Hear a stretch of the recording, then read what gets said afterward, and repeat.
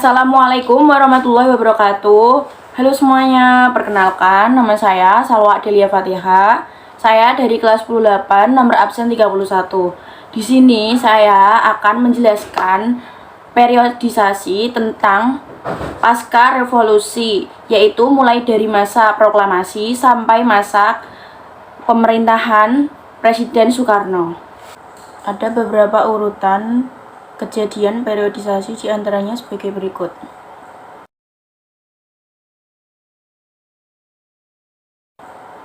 1. Proklamasi kemerdekaan. Proklamasi kemerdekaan merupakan puncak perjuangan bangsa Indonesia untuk mencapai kemerdekaannya.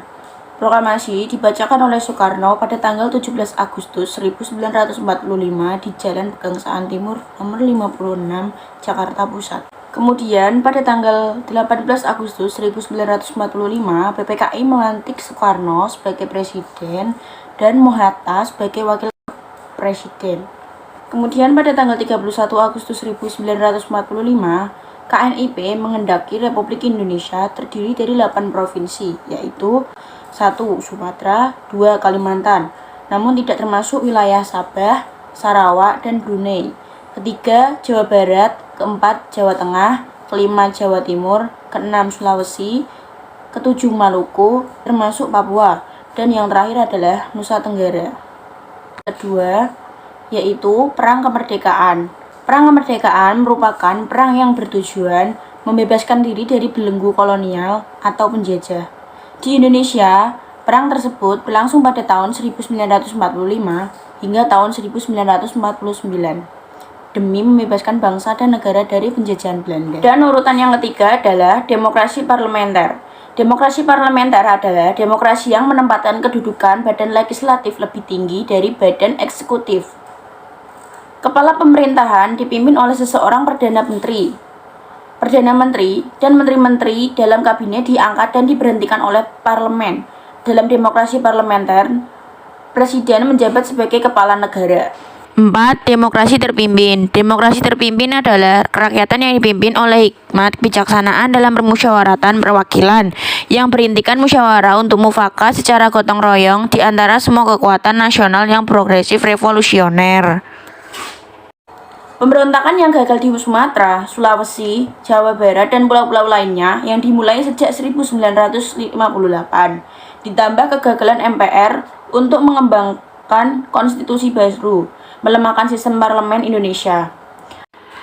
Akibat dari pemberontakan yang gagal tadi, kemudian pada tahun 1959 ketika Presiden Soekarno membangkitkan kembali Konstitusi 1945 yang bersifat sementara, yang memberikan kekuatan presidensil yang besar, dan ia tidak menemukan banyak hambatan. Dari tahun 1959 hingga 1965, Presiden Soekarno berkuasa dalam rezim yang otoriter di bawah label demokrasi terpimpin. Dia juga menggeser kebijakan luar negeri Indonesia menuju non-blok. Kebijakan yang didukung para pemimpin penting negara bekas jajahan yang menolak aliansi resmi dengan blok Barat maupun blok Uni Soviet. Para pemimpin berkumpul di Bandung, Jawa Barat pada tahun 1955 dalam KKT Asia Afrika untuk mendirikan fondasi yang kelak menjadi gerakan non-blok. Pada akhirnya, tahun 1950 dan awal 1960, Soekarno lebih dekat kepada Partai Komunis Indonesia (PKI). Yang kelima yaitu nasib Irian Barat. Pada saat perjuangan kemerdekaan, pemerintahan Belanda mempertahankan kekuasaan terhadap belahan barat Pulau Nugini atau Papua. Pada perundingan meja bundar di Den Haag pada 1949 dicapai kesepakatan bahwa Nugini akan dibicarakan setahun setelah pemindahan kedaulatan dari kolonial Belanda. Setelah perundingan meja bundar mencapai kesepakatan, kolonial Belanda di Nugini mengizinkan langkah-langkah menuju pemerintahan sendiri dan mendeklarasi kemerdekaan penduduk Nugini Belanda pada 1 Desember 1961. Negosiasi susulan antara pemerintah Republik Indonesia dengan kerajaan Belanda mengenai penggabungan wilayah tersebut dengan Indonesia gagal mencapai kesepakatan, dan pasukan penerjun payung Indonesia mendarat di Irian dan terjadi pertempuran antara pasukan Indonesia dan Belanda pada 1961 dan 1962. Pada 1962, Amerika Serikat menekan Belanda agar setuju melakukan perbincangan tertutup dengan Indonesia yang menghasilkan Perjanjian New York pada Agustus 1962 dan Indonesia mengambil alih kekuasaan pada Irian Jaya 1 Mei 1963. Urutan ke-6 yaitu konfrontasi Indonesia dan Malaysia. Soekarno menentang pembentukan Federasi Malaysia dan menyebut bahwa hal ini adalah sebuah rencana neo-kolonial untuk mempermudah rencana komersial Inggris di wilayah tersebut. Selain itu, dengan membentukkan Federasi Malaysia, hal ini dianggap akan memperluas pengaruh imperialisme negara-negara barat di kawasan Asia dan memberikan celah kepada Inggris dan Australia untuk memengaruhi perpolitikan regional Asia.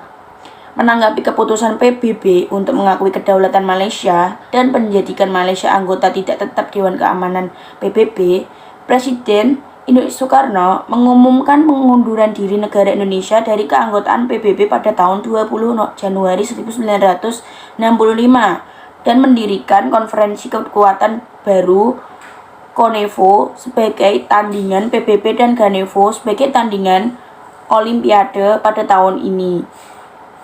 Konfrontasi ini mengakibatkan pertempuran antara pasukan Indonesia dan Malaysia yang dibantu oleh Inggris. Dan yang terakhir yaitu Gerakan 30 September.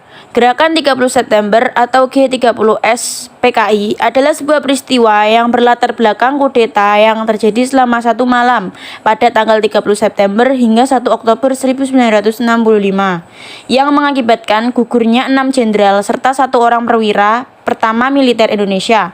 Dan ketujuh jenayahnya dimasukkan ke dalam suatu lubang sumur atau lubang buaya. Kemudian Panglima Komando Strategi Angkatan Darat Maijen Soeharto menumpas kudeta tersebut dan berbalik melawan PKI. Soeharto lalu menggunakan situasi ini untuk mengambil alih kekuasaan. Lebih dari puluhan ribu orang-orang yang dituduh komunis kemudian dibunuh. Jumlah korban jiwa pada 1966 mencapai setidaknya 500.000, yang paling parah terjadi di Jawa dan Bali. Sekian penjelasan dari saya. Jika ada kekurangan, saya mohon maaf sebesar-besarnya. Semoga apa yang saya sampaikan bermanfaat bagi saya dan teman-teman semuanya. Sekian, terima kasih. Wassalamualaikum warahmatullahi wabarakatuh.